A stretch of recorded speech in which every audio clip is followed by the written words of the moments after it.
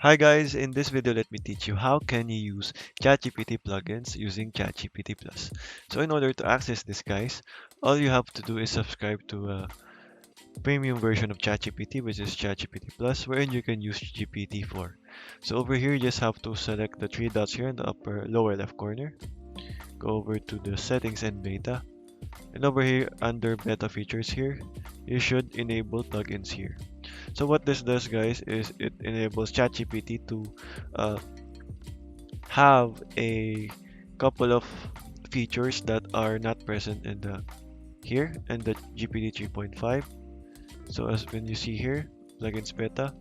So all you have to do is go over to the plugin store and choose what plugins you want to use. So for example, you want to use this one as your PDF. You just have to install this and then just follow the instructions on how you can use this one.